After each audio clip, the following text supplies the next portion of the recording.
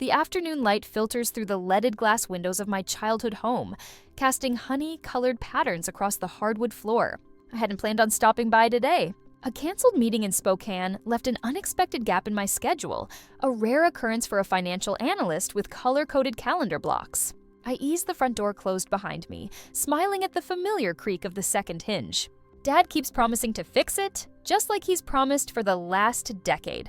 My footsteps fall softly on the worn runner carpet as I head toward the kitchen, eager to surprise Mom with the artisan bread I picked up from her favorite bakery. Then I hear it, my name. Once the appraisal clears, we can list it. Brooklyn's payments were gifts. My mother's voice floats from the kitchen, matter of fact as if discussing the weather. I freeze mid-step, the paper bag crinkling softly in my suddenly tight grip. Dad chuckles, that familiar sound now holding an unfamiliar edge. She doesn't even keep receipts. My sister's voice follows, hesitant. But what if she finds out? I stand rooted in place, my pulse steady despite the earthquake rumbling through my core. Funny how the body stays calm when the mind shatters. My financial analyst brain clicks into gear, cataloging facts while my heart struggles to catch up. My fingers find the doorframe, gripping until my knuckles whiten. The wood grain presses into my palm this house I know by heart. This house I've been paying for. 7 years. $92,000. All temporary help until they got back on their feet. Last week's payment of $1,700 for the mortgage still shows as pending in my banking app. The notification had pinged while I stood in line for coffee, and I'd transferred the money without a second thought. Just like clockwork. Just like family does. The clarity hits like winter sunlight after months of fog. Every suspicious moment crystallizes the exchanged glances when I asked about refinancing options, the real estate pamphlets I spotted tucked beneath magazines on the coffee table, the oddly specific questions about property values that I'd brushed off as casual conversation. Growing up in this tidy 3-bedroom craftsman meant being the family workhorse. At 15, Dad handed me power tools while calling it character building. I replaced roof shingles while Lacey stayed inside, praised for her delicate nature. Mom's favorite phrase echoes through my memory, family helps family. Somehow, that help always flowed in one direction from me to them. I built my entire adult identity around being reliable. My apartment in Seattle holds a desk with meticulously organized spreadsheets tracking every expense. I skip vacations to make those temporary payments possible. I wear last year's winter coat while they installed new kitchen countertops. I never questioned, because I wanted their approval, needed to be the good daughter, the responsible one. The floorboard beneath my foot creaks, betraying my presence. Mom appears in the hallway, her face flushing with surprise. "Brooklyn, we weren't expecting you." Her hands flutter nervously at her necklace, the one I bought her for Christmas. "Oh, we were just discussing some paperwork." The words rise in my throat, unfamiliar in their directness. "No, you were discussing selling the house I've been paying for." She blinks rapidly, mouth opening and closing. Dad appears behind her, his tall frame filling the doorway. "Don't be dramatic," he says with a dismissive wave. "Your help was a gift." The word gift lands like a slap. Mom recovers quickly, pivoting to familiar territory. "After all we've done raising you," she begins, voice dripping with practiced guilt. Lacey hovers behind them, refusing to meet my eyes, shrinking into herself just like she did when we were children, and I took the blame for broken dishes. For a moment, doubt creeps in. Maybe I misunderstood. Maybe there's an explanation that doesn't mean my entire family has been using me as their personal ATM while planning to cut me out. Then I remember the exact words. Brooklyn's payments were gifts. My spine straightens as my financial analyst mind shifts into high gear, already calculating how to document every dollar I've contributed. My breathing steadies as my thoughts clarify. "I'll be in touch," I say quietly, turning toward the door. "Brooklyn, wait!" Mom calls, genuine panic in her voice now. She's never seen me walk away from a family confrontation before, but I keep walking, my footsteps measured and calm. I place the forgotten bakery bag on the entry table, a final offering to a shrine that never deserved my devotion. Outside, the November air bites at my cheeks as I slide behind the wheel of my sensible sedan with its high mileage and postponed maintenance. The engine hums to life and I pull away from the curb, glancing one last time at the Craftsman porch where I spent summers sanding and staining while Lacey lounged with lemonade. The drive back to Seattle stretches before me, but for the first time in years, the road ahead feels like freedom rather than escape. The following day, the Seattle rain pelts my apartment windows as I spread financial records across my desk. Each statement forms another piece in a portal showing 7 years of transfers to my parents regular as clockwork, growing larger with each promotion I earned. I click through to an email folder labeled Family Finances and freeze. A message from Dad to Mom appears, accidentally copied to my work address 3 months ago. My eyes lock onto words that confirm my worst suspicions. Once we sell, we can finally stop relying on Brooklyn's checks. My fingers tremble as I open a mortgage statement I requested last week. The principal balance hasn't decreased despite my $92,000 in contributions. Every payment vanished into interest or their pockets, never reducing the loan. The property tax documents arrive next, county letterhead making the betrayal official. Only their names appear as owners, not mine, never mine. Despite the new roof I financed and installed, despite the plumbing repairs that drained my vacation fund, despite the work I paid for when the inspector found code violations, I grab my calculator, hands steady now as I tally the damage. Direct transfers. $92,000 over 7 years. Unpaid labor for home improvements. Conservatively, $38,000. The numbers glow back at me, cold and undeniable. The pattern emerges with painful clarity. Each financial request coincided perfectly with my salary increases. The ask for roof money came 2 days after I mentioned my promotion. The plumbing emergency happened the week my bonus cleared. "You're the smart one, Brooklyn. You understand money," Mom would say, voice warm with practiced flattery before the request. "We're so proud of how responsible you are." The guilt always followed. Family helps family. Remember how we sacrificed for your education? I never noticed how the obligation only flowed one way. My phone vibrates against the desk. A text from Mom at 11:42 p.m. "We changed the locks. You don't live here anymore. Let's see how independent you really are." The message should hurt. Instead, it washes over me with strange relief confirmation. I'm not imagining their betrayal. I respond simply. "Message received. Thank you for the clarity." No tears come, no emotional breakdown. Just a clean, surgical kind of clarity. They didn't just change a lock, I think, shutting my laptop. They shut the last door that tied me to them. My mother orchestrated everything. Each guilt trip, each request wrapped in compliments, each subtle comparison to my delicate sister who needed protection while I needed to toughen up. The primary betrayer, designing the perfect system to extract maximum value from her responsible daughter. Dad executed her plans, managing the money, always discussing investments, but never providing statements. His easy charm disarming my questions before they formed, the supportive player making the scheme work. Morning light finds me still at my desk when my phone pings with a notification. A real estate listing appears on my screen. My parents' house. Our house. My investment. Listed $40,000 above market value with professional photos that must have been taken weeks ago. They're accelerating now that I know the truth. Without legal intervention, I'll lose everything I've put into that house. I slide open the bottom desk drawer, the one that sticks unless you lift it just right. Inside sits a green folder labeled Family Contributions. Each receipt for materials, every bank transfer confirmation, text messages requesting funds, all meticulously saved by the financial analyst who never quite trusted the arrangements despite desperately wanting to. My coworker Janet texts, "Still on for lunch? Bringing Richard? He's that property attorney I mentioned." Perfect timing. I respond, "Reservation at 12:30. I forward Mom's lock-changing text to Janet's lawyer friend with a simple question.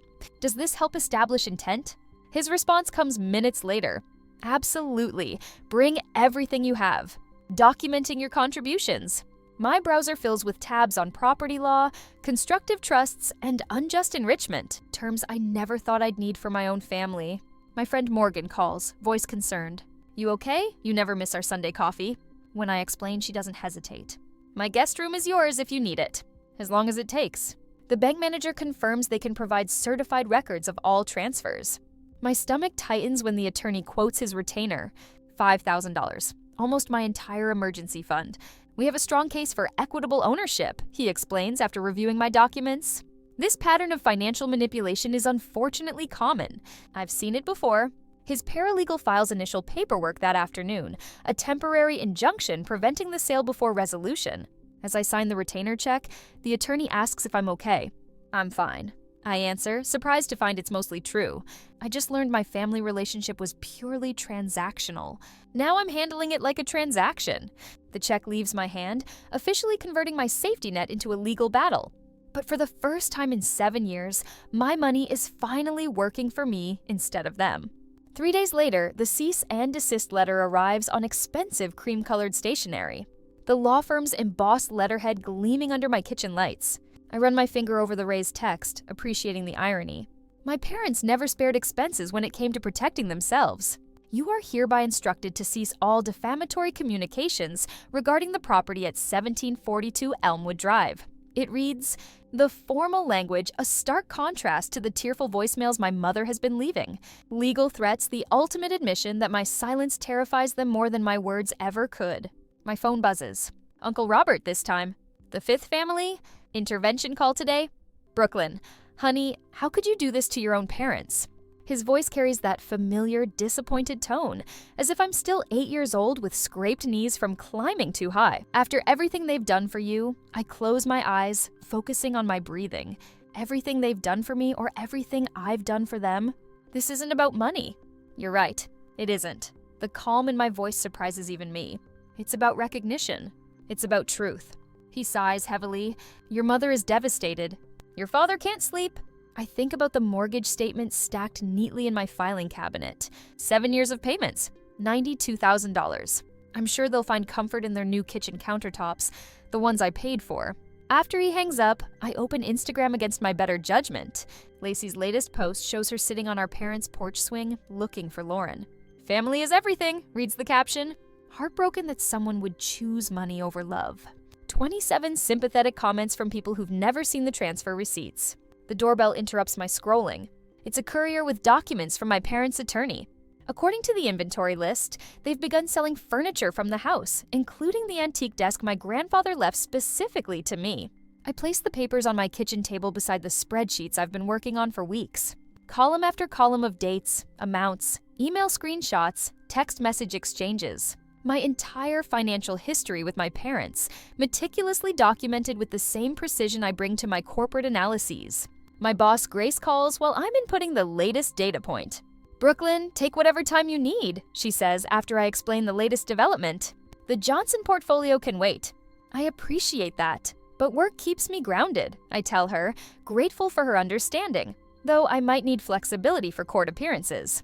You've got it. And the company attorney asked me to give you this number property specialist who took his case pro bono last year, said she's brilliant. I jot down the number, a wave of gratitude tempering my anger. While my blood relatives marshal their forces against me, my chosen family builds scaffolding around my fragile determination. Later that evening, I'm picking up documents from Martin, my friend who works in property assessment, when I literally bump into Lacey at the entrance to the coffee shop. Her eyes widen with recognition before narrowing with hostility. Well, if it isn't the money-hungry daughter, she says, loud enough for nearby tables to hear. I step back, creating space between us. Lacey, you're tearing this family apart over money. Her voice cracks, genuine emotion beneath the performance. How could you do this to Mom and Dad? They gave you everything. For a moment, I see the little sister who followed me everywhere, who braided my hair with clumsy fingers, who cried when I left for college. Then I remember the kitchen conversation, her hesitant question. But what if she finds out? This isn't about money, I reply, my voice steady despite the tremble in my hands. It's about recognizing my contribution. Something shifts in her expression, guilt maybe. They're our parents, Brooklyn. They raised us. And I've been raising them financially for 7 years. I meet her gaze directly. How long have you known what they were doing? She glances away, confirmation enough. That's what I thought. I move past her toward the door, then pause. They're selling Grandpa's desk, by the way. The one he wanted me to have. Walking to my car, I dial the number my friend gave me. Attorney Richard's office smells of lemon polish and old books. Unlike the other lawyers I consulted, he doesn't take notes on a laptop. Instead, he spreads my documents across her massive oak desk, studying them with the intensity of someone reading ancient maps. I'm a financial analyst. Record keeping is second nature. He nods, tapping a particularly damning email exchange, and they explicitly acknowledge these payments were toward the mortgage every month for 7 years. He sits back, studying me. You have a strong case for equitable ownership. Your consistent financial contributions. Their explicit acknowledgement of the purpose, your sweat equity and home improvements. He taps her pen against the desk. But I need you to understand something crucial. I lean forward. Don't confront them. Don't warn them. Paper is your weapon. His voice is steel wrapped in velvet. We file the injunction stopping the sale. We document the harassment. We prepare for court. Let them make the first aggressive move. Common analysis. For the first time since discovering their betrayal, I feel the ground solidify beneath me. I understand. You have leverage they don't expect, he continues. They see you as the dutiful daughter who'll eventually cave to family pressure. They don't see the financial expert perfectly equipped to dismantle their manipulation. Walking out of his office, I realize with startling clarity, my parents hadn't just taken advantage of my generosity. They had committed financial manipulation, and I had the records to prove it. When I return home, a package waits by my door. Inside, a family photo with my face cut out. The jagged edges speaking volumes about my mother's state of mind. The sight punches through my analytical armor, and I sink to the floor, finally allowing myself to grieve the family relationship that never truly existed. My therapist's words from our emergency session echo in my mind. This isn't revenge, Brooklyn. It's justice. Night after night, I build my case, digital archives of every transaction, financial impact calculations, voice memos detailing verbal promises, a timeline revealing the escalating pattern of demands. My phone pings with messages I don't answer. My mother's pleas, my father's threats, Lacey's guilt trips. I forward each one to Eleanor without response, building my paper fortress while they hammer at gates that no longer exist. Let them make the first aggressive move, my attorney had advised. So I wait, wrapped in strategic silence, preparing formal responses to their increasingly desperate actions. 1 week after forwarding a particularly nasty text from my father to Richard, I received a formal notice from their lawyer. They're requesting mediation. I allow myself a small, wry smile. Finally, they respect boundaries through legal counsel. Opening my laptop, I click on the folder containing emails I've been saving. The ones where my parents discuss me as their free money source. The ones where they plan the sale while calculating exactly how much more they can extract from me before cutting ties. My phone rings.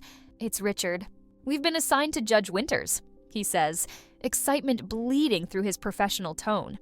She specializes in family financial abuse cases. For the first time in weeks, I feel the corners of my mouth lift in something resembling hope. The law office smells like lemon polish and expensive cologne the next day. My attorney, Richard Wallace, spreads documents across his mahogany desk while I review our filing one last time.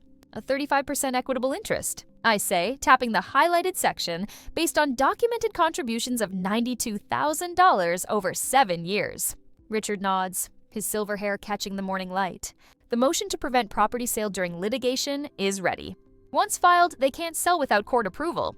I slide the financial forensic analysis forward my masterpiece. 7 years of bank transfers, text messages about payments, and even photos of me repairing the roof. Each piece of evidence meticulously organized into a pattern of intentional manipulation. This is impressive work, Richard says, genuine admiration in his voice. Most clients bring me shoebox receipts. You've built a case that would make a forensic accountant proud.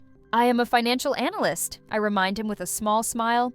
Numbers don't lie, even when people do.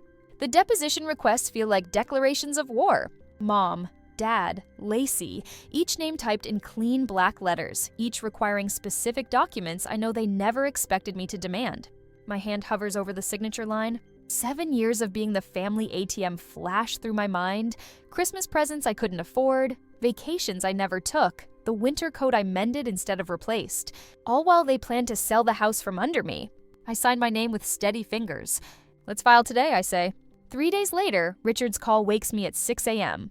I sit upright immediately, sleep evaporating. They've counter-filed, he says without preamble. They're claiming all transfers were gifts between family members. My stomach tightens, but my voice remains level. We expected that. Their lawyer found a technical error in our initial filing. The property parcel number has a digit transposed. The implications sink in. So the prevention order, temporarily suspended while we correct the paperwork. Richard finishes. And Brooklyn. They're accelerating the sale. The house goes on market next Tuesday. Cold washes through me, but panic won't help. I breathe deeply, counting to 5 as doctor. Martinez taught me, we'll file an emergency correction today, I say, already swinging my legs off the bed, and request an expedited hearing based on imminent sale threat. It might not be enough, Richard warns. Courts move slowly. Their lawyer is good Margaret Winters. We'll make it enough, I answer. Calculation replacing fear. I'll be at your office in an hour. We'll work through the night if necessary. 3 days later, the elevator mirror at Richard's office shows dark circles under my eyes. I've slept 4 hours in 2 days, preparing for the hearing. The thought of standing in front of a judge facing my family sends anxiety crawling up my spine. I practice, doctor. Martinez's grounding technique. 5 things I can see, 4 I can touch, 3 I can hear. The courthouse looms ahead, all marble and judgment. Ready? Richard asks as we climb the steps. No, I admit, but I'm going anyway. Inside, Mom, Dad, and Lacey sit huddled with Margaret Winters, a sharp-featured woman in a tailored suit. Mom's gaze lands on me, her expression shifting from surprise to calculated sympathy. The courtroom gallery holds familiar faces. Family, friends they've invited to witness my humiliation. I straighten my shoulders and slide into professional mode. This is just another financial presentation. Numbers, facts, evidence. My training to analyze data without emotion becomes my superpower. Judge Reynolds enters, a stern woman with practical shoes and shrewd eyes. The proceedings begin with dry legal formalities until Margaret Winters takes center stage. Your Honor, this is simply a family dispute, she says smoothly. The plaintiff contributed to household expenses as any family member might, with no expectation of property interest. Richard counters, we have evidence of a pattern showing the Harris family solicited specific funds for mortgage payments while secretly planning property liquidation. A murmur ripples through the gallery as he mentions our additional filing. Further, we discovered yesterday that the defendants have been removing valuable household items ahead of this hearing. Judge Reynolds' eyebrows rise. Is this true, Mrs. Winters? Margaret looks discomforted for the first time. My clients were simply organizing personal possessions. Then they won't object to a court-ordered inventory, Judge Reynolds states. Dad's face flushes crimson. He whispers furiously to Margaret, who raises a hand to silence him. Their credibility crumbles visibly as the judge makes notes. The friends they brought for support shift uncomfortably as Richard methodically presents our evidence text messages begging for just enough to cover the mortgage this month. Bank transfers labeled house payment, photos of me installing new windows while my sister sunbathed nearby. Your Honor, Richard concludes, we request an immediate injunction against property sale and expedited mediation. Mom attempts to interject, her voice taking on the trembling quality that always made me back down before. Brooklyn has always been such a sensitive girl. Mrs. Harris, Judge Reynolds interrupts, this court deals in financial evidence, not character assessments. I feel gazes shifting toward me, people who have known me since childhood, seeing the situation with fresh eyes. My former high school math teacher nods slightly from the back row, something like respect in her expression. I'm ordering mediation before this proceeds further, Judge Reynolds announces, and the temporary restraining order on property sale is reinstated pending resolution. 2 days later, we gather in the mediation room. I sit beside Richard, my posture perfect, my breathing controlled. My support network surrounds me. Emily from accounting sits behind me, ready to validate my documentation methods. My therapist's voice echoes in my mind, giving me permission to protect myself. Mom and Dad enter, red-faced and defensive. Lacey trails behind, avoiding my gaze. They look smaller somehow, less intimidating than the giants who controlled my life for decades. Richard slides a binder across the table. We're seeking a 35% equitable interest based on verifiable contributions. Dad's bluster begins immediately. This is ridiculous. We're her parents. The court doesn't weigh love, Mr. Harris. Margaret responds coldly, reviewing our evidence with growing concern. It weighs evidence. Mom's tears start on cue. The mediator, a practical woman with decades of experience, merely hands her a tissue without pausing her review of documents. You kept receipts? Lacey whispers, meeting my eyes for the first time. You actually kept receipts? I nod once, feeling nothing but certainty. I kept everything. In the silence that follows, I see what they finally understand. The responsible daughter they counted on to solve their problems has become the responsible woman they can't manipulate anymore. On the final confrontation day, the courthouse lobby bustles with whispers as I enter, my attorney Rickard at my side. 7 carefully labeled manila folders rest in my arms, each one a year of my life meticulously documented. They're offering $45,000, he says, checking his phone. Final offer. I almost laugh. After contributing $92,000 plus thousands in improvements, they think $45,000 will make me walk away. The predictability of their manipulation no longer wounds me. Let them know we're proceeding as planned, I reply, straightening my charcoal blazer. Richard nods, his silver-framed glasses catching the morning light. Fair warning, they've brought reinforcements. He's right. As we round the corner, I spot Mom and Dad huddled with Mrs. Peterson, our longtime family friend whose church potluck casseroles marked every milestone of my childhood. Her presence is no accident. Mrs. Peterson spots me and approaches, arms outstretched. Brooklyn, honey, this has all gone too far. Your parents are heartbroken, are they? I keep my voice neutral, despite the flames licking at my ribcage. They're worried about losing everything, she continues, her eyes watery. They never meant. Tell them I received their settlement offer? I interrupt gently, and we'll see them inside. Her face falls. They said the house needs a new foundation. $20,000 in repairs at least. They can't afford to give you more. Another lie. The foundation inspection passed just 18 months ago. I paid for it myself. My phone buzzes with Lacey's name on the screen. The third call today? I silence it without answering. Outside courtroom C, Uncle Robert materializes from a bench, his presence unexpected. He blocks my path, his bulk intimidating in the narrow hallway. You need to drop this, he mutters. Your mother is in tears every night? Is that what you want? To destroy your family over money? The irony almost makes me smile. Interesting perspective, Robert. Your father built that house with his bare hands. His voice rises. And now you're what? Taking it from them? I'm claiming what's legally mine, I respond. The equity I paid for. They'll lose everything, he sputters. You know that, right? They're selling a house with no mortgage that they haven't made payments on for 7 years, I reply. They'll be fine. His face reddens. You always thought you were better than everyone. Too good for Spokane. Too smart for your own family. Richard steps between us. Mr. Harris, this conversation is over. Save it for the courtroom. As we walk away, my phone buzzes again. This time I answer. Brooklyn, Lacey's voice catches. Please stop this. Mom and Dad will lose everything if you don't compromise. The familiar guilt rises, but no longer controls me. They have options, Lacey, they always have. They're talking about embarrassing family stuff, she whispers. Things from when you were a teenager? They'll tell everyone if you make them. The threat lands cold, my rebellious phase sneaking out, the older boyfriend the night Dad found us ancient history weaponized. Let them. I answer, surprising myself with my steadiness. I have nothing to hide. We enter the courtroom, its wooden pews already filling with extended family. This was never meant to be a public spectacle, but Mom and Dad have ensured an audience. 10 minutes before the hearing, Richard tenses beside me.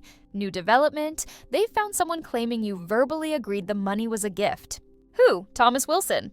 My college boyfriend, the one who borrowed money from me for tuition and never paid it back. The connection clicks immediately. Dad's fishing buddy is Thomas's uncle. Can they do that? My stomach tightens. They can try, he says, but we prepared for this. Remember the receipts from the bathroom renovation? My heart sinks. The contractor went out of business. I don't have those receipts. For the first time, doubt creeps in. What if 7 years of documentation isn't enough? Focus on what we do have, Richard says firmly. The text messages establish intent for repayment. That's our strongest evidence.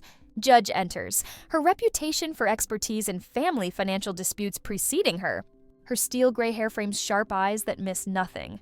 The testimony begins, my parents presenting themselves as generous providers who simply helped their adult daughter buy into the family home. Their narrative unravels under questioning. So, Mrs. Harris, Judge Winters says, you're saying there was never a discussion about selling the house? Never, Mom insists. This was Brooklyn's home too. Richard stands, permission to play recording exhibit C. Mom's voice fills the courtroom. Once we sell, you and your father can finally take that Alaska cruise. The color drains from Mom's face. Dad shifts in his seat. Mr. Harris, you stated you never promised to repay these funds? Judge Winters leans forward. Is that correct? That's right, Dad says firmly. These were gifts between family members. Richard retrieves HUD tablet. Your Honor, I'd like to present Exhibit F, a text message from Robert Harris to Brooklyn, dated June 14th last year. On the screen, Dad's message appears. Thanks for covering the property taxes again. We'll square up when the market improves. Dad stammers. That was just a figure of speech. Judge Winters' eyebrow rises slightly. Then comes the moment I've prepared for since that November day in the hallway. Richard wheels in a cart containing 7 binders, each labeled by year. Your Honor, we'd like to present Brooklyn Harris's complete financial contribution record.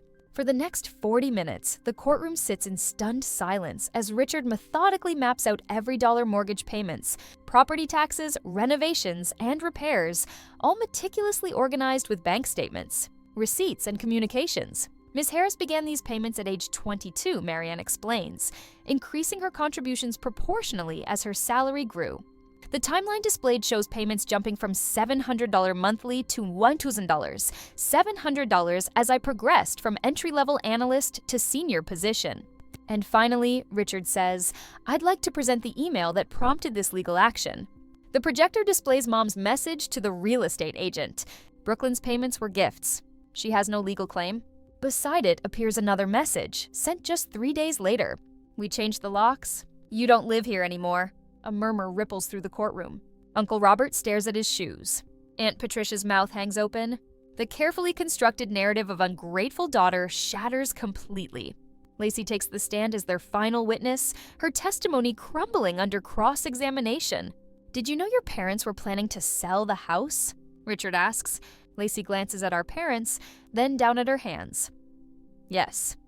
"Did you know they intended to exclude Brooklyn from the proceeds?" A long pause. "Yes." Even though she had paid the mortgage for 7 years, she could afford it, Lacey whispers. "I couldn't." The financial forensic expert testifies next, calculating my total contribution at $173,300 when including improvements and interest. Based on current market value, he concludes, that represents approximately 35% equity stake in the property. Judge Winters doesn't need long to deliberate. The court finds that Brooklyn Harris has established an equitable interest of 35% in the property at 1472 Ridgeline Avenue. She orders the house sold, with proceeds divided accordingly under court supervision. My parents' attorney immediately requests an appeal. "Appeal denied," Judge Winters states firmly. "The evidence is overwhelming." Ope. I sit motionless as the judgment sinks in. No elation, no vindictive satisfaction, just the weight lifting from shoulders that have carried it too long. Mom attempts to approach as court adjourns. "Brooklyn, we need to talk about this as a family." I gather my belongings without meeting her eyes, my silence more powerful than any words. Outside, autumn sunlight bathes the courthouse steps. I thank Richard, my voice steady. "What happens now?" He asks. They sell. I get my share. We move on. The reality materializes in numbers. House value $740,000. My portion $259,000 after legal fees. Enough for a down payment in Seattle's Capitol Hill neighborhood, a place truly mine, built on foundations I can trust. As I walk to my car, I catch a glimpse of my family huddled together. Mom, Dad, and Lacey, already discussing their move to a rental duplex on the east side. Their universe has shifted. The gravitational center no longer my reliability. I don't look back as I drive away. The road ahead belongs entirely to me now. 3 months later, the brass key sits heavy in my palm as I stand in the doorway of my new townhouse. Sunlight streams through windows I selected, warming hardwood floors I chose without anyone's input or criticism. The settlement money made this possible, not all of it invested here, of course. I smile at the memory of my financial advisor's approving nod. I wanted my money to work for me, not sit in drywall. I told her, as we finalized the mortgage on half the property's value. The other half I paid outright, creating a perfect balance between investment and security. The locksmith clears his throat behind me. "Ready for the new deadbolts, Ms. Harris?" I hand him the set of pristine locks I purchased yesterday. "Yes, all of them, please." As he works, I wander through rooms filled with only what brings me peace. No cluttered shelves of guilt-inducing family photos. No furniture selected to please anyone but myself. The walls, painted in soft sage rather than the navy my mother would have insisted upon, reflect my values, not theirs. Every corner of this space exists without their influence or hidden agendas. For the first time in my life, my finances remain wholly my own. No support payments disguised as family obligation. No quiet transfers at midnight when someone's card was declined. The weight of their expectations has lifted, leaving room to breathe. When the locksmith finishes, he hands me 3 gleaming keys, all set. I run my thumb over the ridges, remembering that terrible day 7 months ago when my key no longer worked in my parents' door. They had changed the locks while I was gathering documentation for my lawyer. The ultimate rejection. Now I change locks by choice, not necessity. Later, I place the old brass deadbolt from my parents' house, the one I removed before their locksmith arrived, into a small wooden box. the last relic of the life they shut me out of. I close the lid firmly and slide it onto a high shelf in my closet. The email from Lacey arrives that evening, its subject line dripping with familiar manipulation. Family healing needed. I open it, curious rather than anxious. Her message unfolds exactly as I predicted. Half-hearted apology, vague references to misunderstandings, subtle blame shifting. The same tactics that once would have sent me spiraling into guilt now read like a predictable script. I delete it without reply and block the address. No anger surges through me, just calm certainty. The clean break remains intact. In my journal that night I write, I realized my worth isn't measured by what I can provide to others. The words flow easily after months of therapy. My fatal flaw over responsibility and hunger for approval named and tamed. Reliability can exist without exploitation. Boundaries protect rather than punish. The next morning, I meet with my attorney to update my will, leaving nothing to my former family.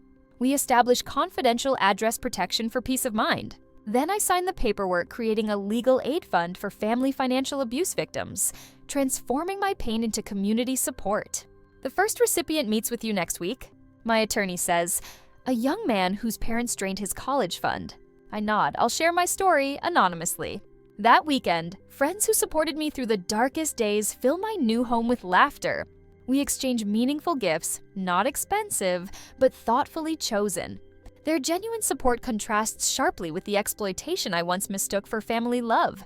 When they leave, I stand at my window watching the Seattle sunset paint the sky pink and gold. No phone in hand. Constantly checking for emergency texts. No guilt about enjoying solitude. Later, I open the wooden box one last time, studying the old brass lock before storing it away permanently. Home isn't where you're born. I whisper to the empty room that feels more like home than any place before. It's where you're valued. I close the box with finality. Revenge burns fast, I murmur, thinking of the young man I'll soon help. Justice builds slowly and lasts longer.